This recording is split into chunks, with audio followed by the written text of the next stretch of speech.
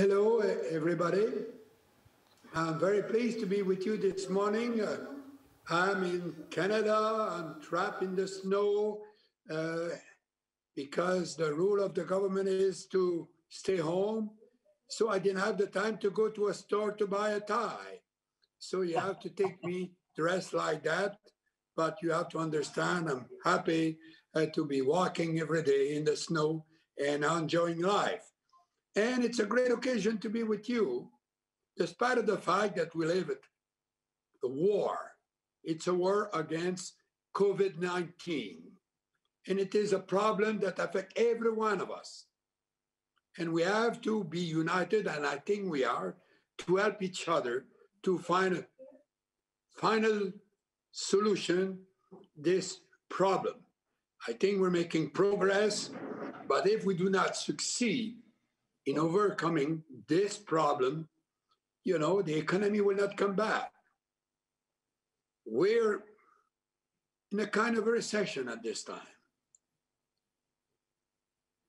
China is doing quite well. You're still having growth. But I see the rest of the world doing reasonably well under the circumstances. I'd never expected that the government would be so aggressive to maintain a level of economic development despite of the crisis. That is surprisingly doing quite well.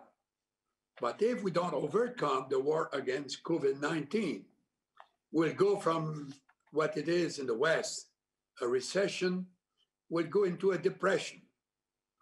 But for me, I tend to be an optimist, and I think we'll get out of it.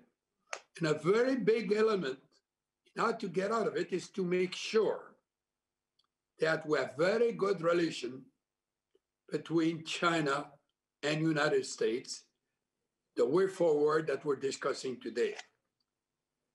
It's extremely important. I think that we have had some good news last week when we had a new president of the United States, because the mood is changing. I am in North America today, and the people seem to be relieved. Why? Because a dialogue will be possible. There will always be problems. There are always problems.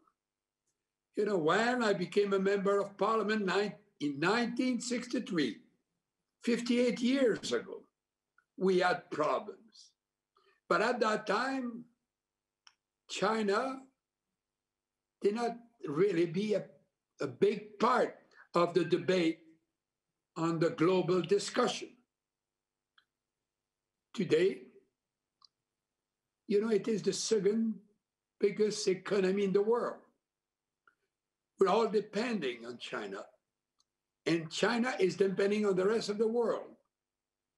What happened in the last 30 years, is we have seen a lot of wealth coming into the world. What it was when in 1993, I visited with Team Canada with 500 business people to China in 94, right? I'm sorry. It was very unusual.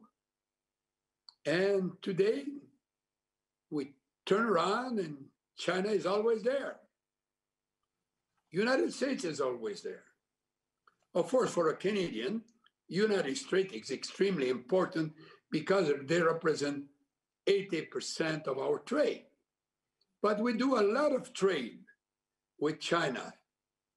Despite of some political difficulties, what you have felt in the last 2 years, I'm very happy to realize that in 2020, the growth in our trade has been more than 6.5% between China and Canada.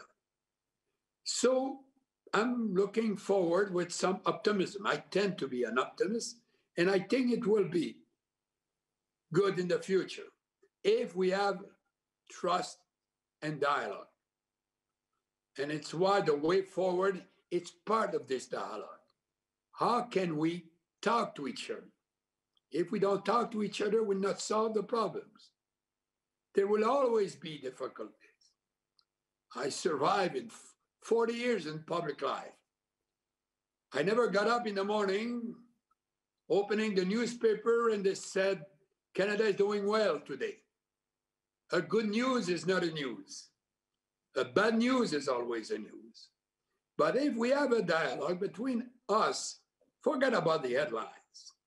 The problem we had in the last 4 years is we had somebody south of Canada who was just looking to the tweets for headlines. Now, I think that the Americans have a president who has a lot of experience, who has been around for a long time, who has traveled the world, and he will have a reasonable approach. He will be like all of us, facing demand for more protection. It might be a bit more difficult for him because there is more unemployment than there was before. But we have, at the end of the day, to recognize that the only way that will cure this problem is to increase wealth in the world. And China has made a great contribution that way in the last 30 years. There was a lot of wealth that has been created in the last 30 years around the globe, and China has been very responsible for a big part of it.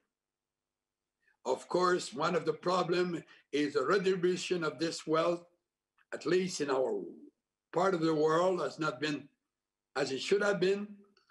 But my view is China will keep growing, America will keep growing, Europe will keep growing, Canada will keep growing, if we don't fall into the trap of bitterness or resentment.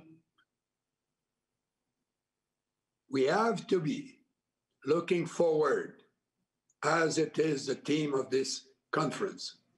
We have to work together. There will always be problems, but we have to talk to each other. We have to know why one is doing that and why the other is reacting this way. But if all of us keep talking to each other, we all know of the progress has been made in the last 30 years. And there is no reason why there should not be good progress in the next 30 years. But we have to talk to each other. We have to be generous. Sometimes we have to forget about ego and think about good. And I'm sure that if people like all of you keep talking, and I would like to thank Mr. Tong Chi-Hua for organizing such a dialogue. It is the way we'll make progress. And I wish you all to get out of COVID quickly and enjoy life and help your countries to progress for more happiness in the world. Thank you very much.